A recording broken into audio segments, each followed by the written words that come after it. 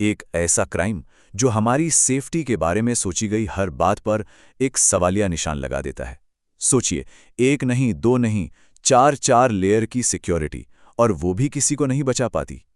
तो सवाल ये उठता है कि असली खतरा है कहाँ?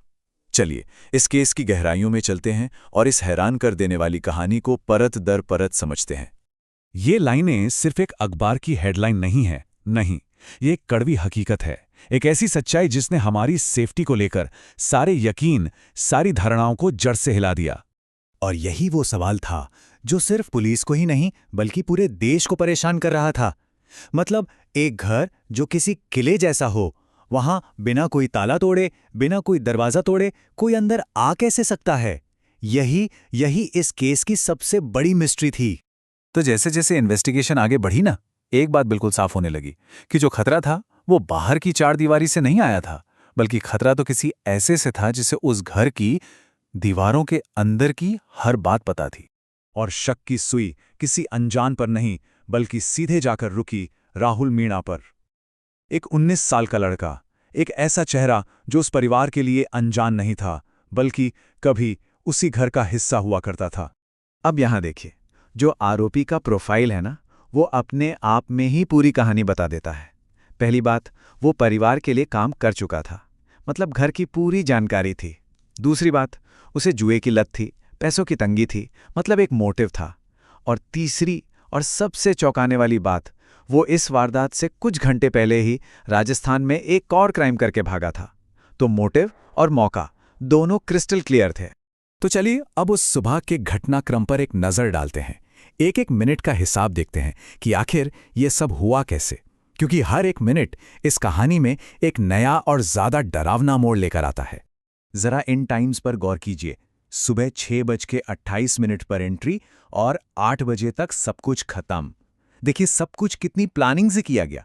आरोपी बड़े आराम से आता है, अपना काम करता है और निकल जाता है, बिना किसी जल्दबाजी के।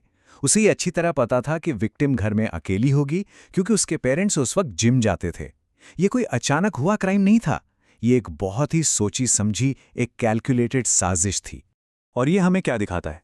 यही कि कैसे सारे मॉडर्न ताले, सारी टेक्नोलॉजी सब बेकार हो जाती है जब कोई किसी के भरोसे को ही तोड़ देता है। उसे कोई ताला तोड़ने की जरूरत ही नहीं पड़ी। क्यों? क्योंकि घर की हर चाबी, चाहे वो दरवाजे की असली चाबी हो या डिजिटल पासवर्ड, सब कुछ उसके दिमाग में पहले से ही फीड था।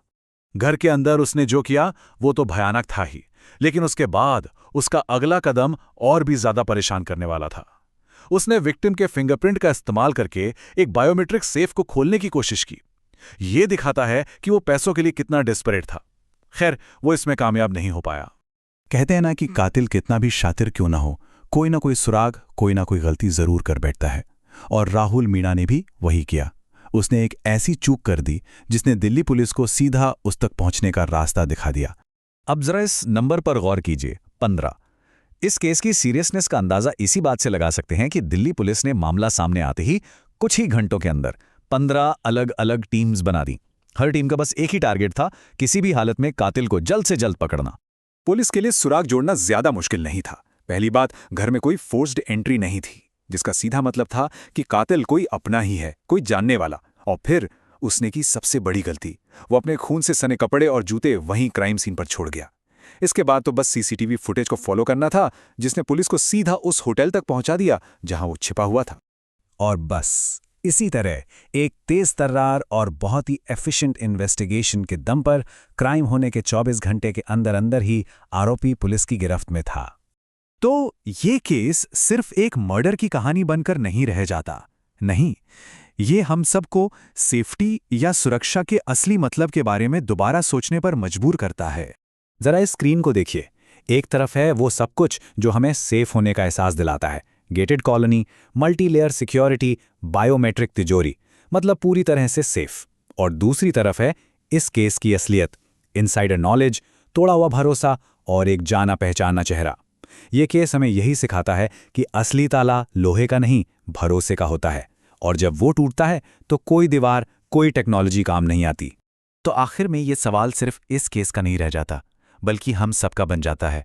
जब खतरा दरवाजे के बाहर नहीं बल्कि उस इंसान से हो जिसे कभी हमने ही दरवाजे के अंदर आने दिया था, तो फिर हम सेफ्टी को कैसे देखें, कैसे डिफाइन करें?